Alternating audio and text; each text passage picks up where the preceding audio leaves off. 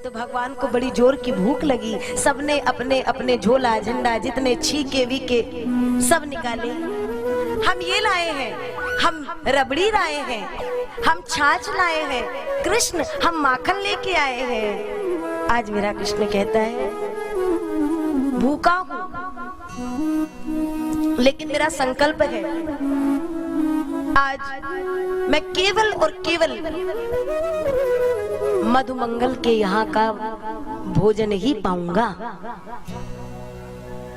मधुमंगल जो लाया है वही पाऊंगा। सबने कहा तो हमारे ये सब छीके बेकार नहीं, बाद में, पहले मधुमंगल के यहाँ का।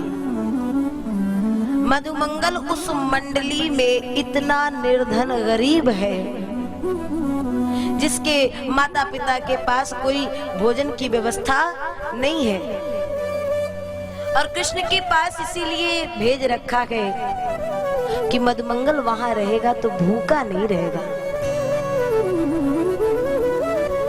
मधुमंगल से कहा, मधुमंगल बावला होकर के भागा, माँ के पास आया।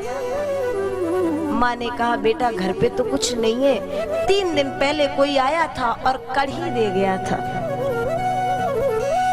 देखो खाने योग्य हो तो ले जाओ।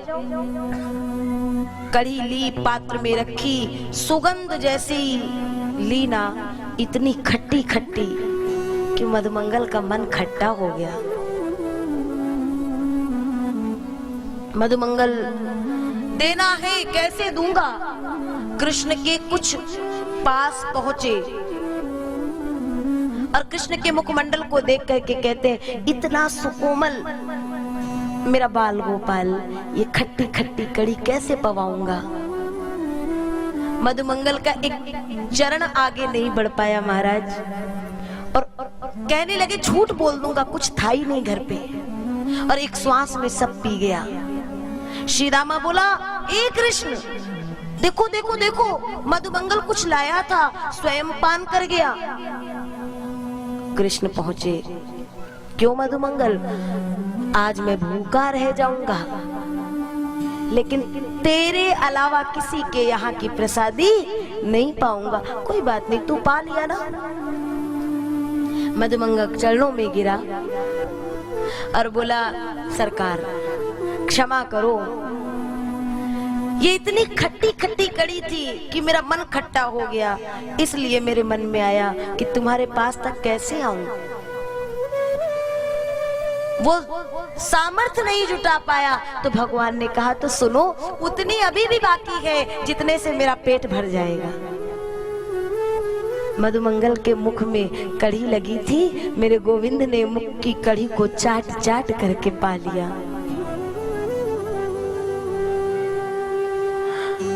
बाल गोपाल सब दौड़ करके आए और कृष्ण को हृदय से लगा लिए। जो ही अरे उस कड़ी को चाटा ना, विधाता ब्रह्मा बोले ओहो इतना भूखा, हमारा नारायण ये नहीं हो सकता।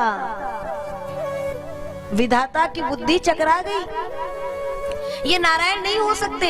भगवान ने कहा सुनो, हम लोग इधर लगे हैं, वो गैया बछड़ा सब कहाँ है।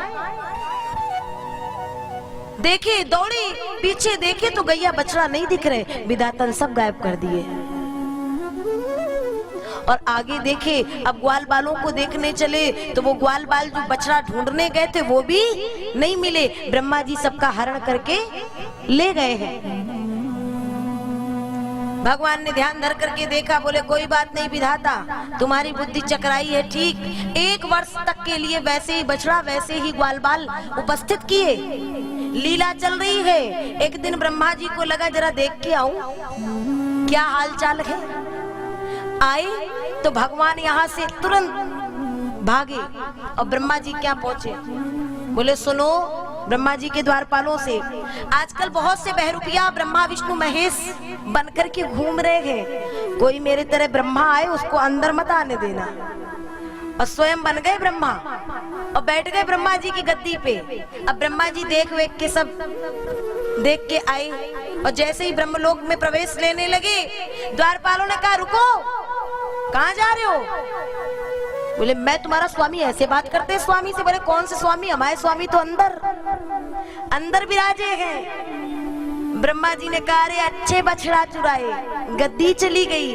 ए गोविंद, ये अज्ञान, ये मोह का पर्दा, ये अज्ञान किसी को नहीं छोड़ता है, क्षमा करो गोविंद, आज के बाद फिर कभी ऐसी भूल नहीं होगी, मेरी गद्दी वापस लौटा दो।